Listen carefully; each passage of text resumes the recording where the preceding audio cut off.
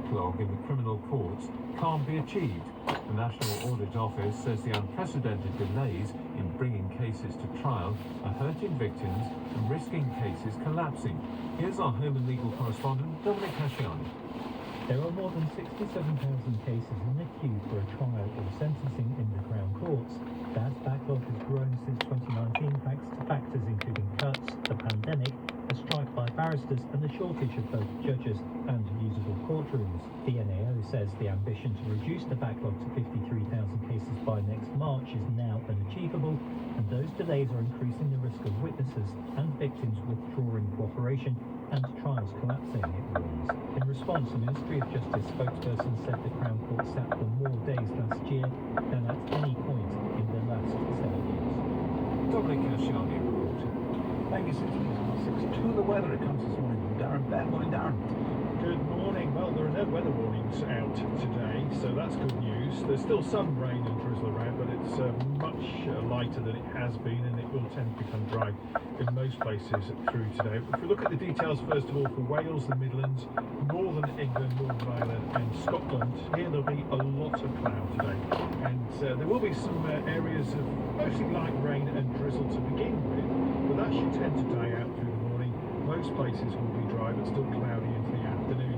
If we do see any sunshine breaking out, though, in Scotland, there's a risk of 1 or 2 showers arriving with that as well. But underneath the cloudy skies, temperatures are typically 13 to 16 degrees today.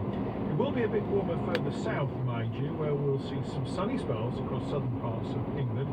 Maybe the odd shower in the afternoon in the far southwest of England. And later in the day, we should see the clouds breaking in southernmost parts of Wales and the South Midlands to give us some sunshine. But the best of the sunshine, I think, will be across East Anglia and the southeast of England. And here temperatures will reach a pleasant 18 or 19 degrees. Overnight tonight, we will see the clouds continuing to thin and break, and most places will be dry. A little bit cooler as well, temperatures 7 or 8 degrees. But tomorrow, many places will be dry, and there'll be more sunshine around as well. As a result, it will be warmer, temperatures 20 or 21 Celsius. There is the risk of some cloud and a little rain though coming into some eastern parts of England. More heavy and thundery showers are likely for Sunday and Bank Holiday Monday. Thank you very much, Darren. Let's have a look at the papers now at 8 minutes past 6, and they are dominated by the first day of election campaigning yesterday. The Financial Times suggests that it was an awkward start for the Prime Minister, with some senior Conservatives continuing to lament the decision to call an early election. The paper says that they're worried the Tories have no message beyond the economy. It claimed one unnamed frontbencher said the party hadn't got its campaign line set, arguing that Conservatives were on track to lose half their seats. It's all very charge of the Light Brigade stuff, the minister tells the paper, a reference to the doomed attack by British cavalry during the Crimean War. The Daily Mirror also argues the first day was bad for Mr Sunak, with his admission the Rwanda flights won't take off before the poll, and Conservative attacks over the election date. It says leaked WhatsApp messages show furious Tory members criticising the move. The Telegraph reports that Rishi Sunak has challenged Keir Starmer to a televised debate every week until polling day, but writing for the paper, the Prime Minister claims that the Labour leader won't take up the offer because he doesn't have a plan for the country. Labour said it would take part in the debates, but hasn't said how many.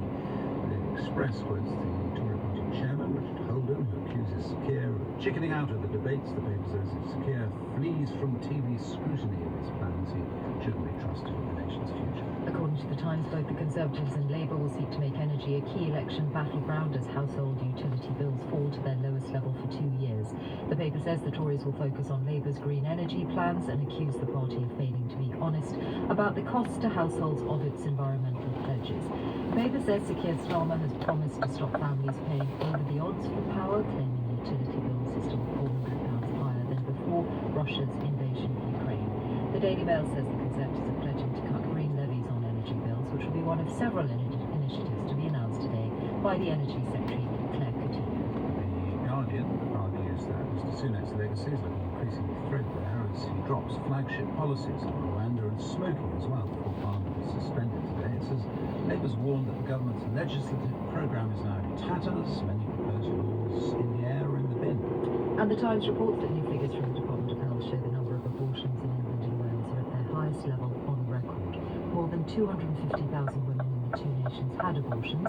That's up 17% in a year, and it is the most since the Abortion Act of 1967. It says experts attribute the rise to financial pressures putting women off having children, and improved access to at-home abortions because of the Pills by Post scheme introduced during the pandemic.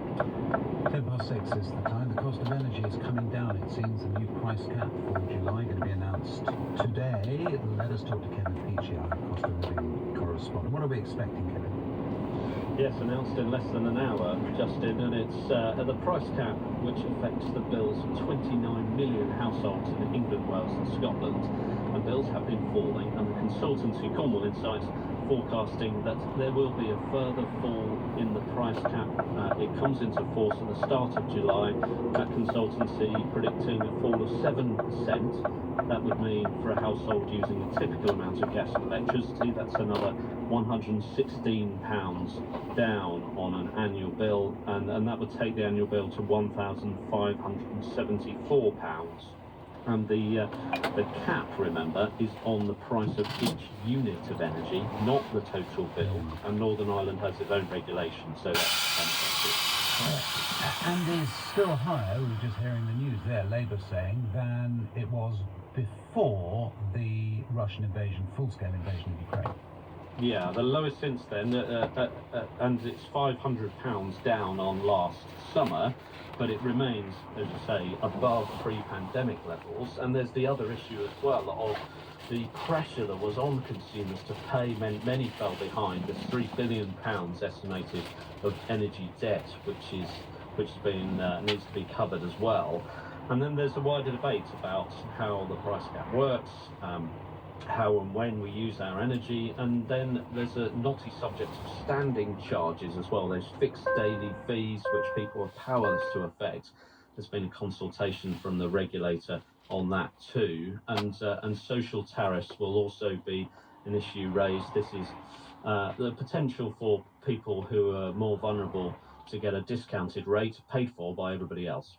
Kevin Peachy, thank you. 12 minutes past 6. The International Court of Justice will rule today on the latest application by South Africa that is part of its case against Israel under the Genocide Convention. Anna Holligan, our correspondent, joins us from The Hague. What is the key part of the argument that the court will decide on today, Anna? So just on the background, the case was brought under the Genocide Convention created in 1948 after the Holocaust to give a kind of legal foundation to the words never again.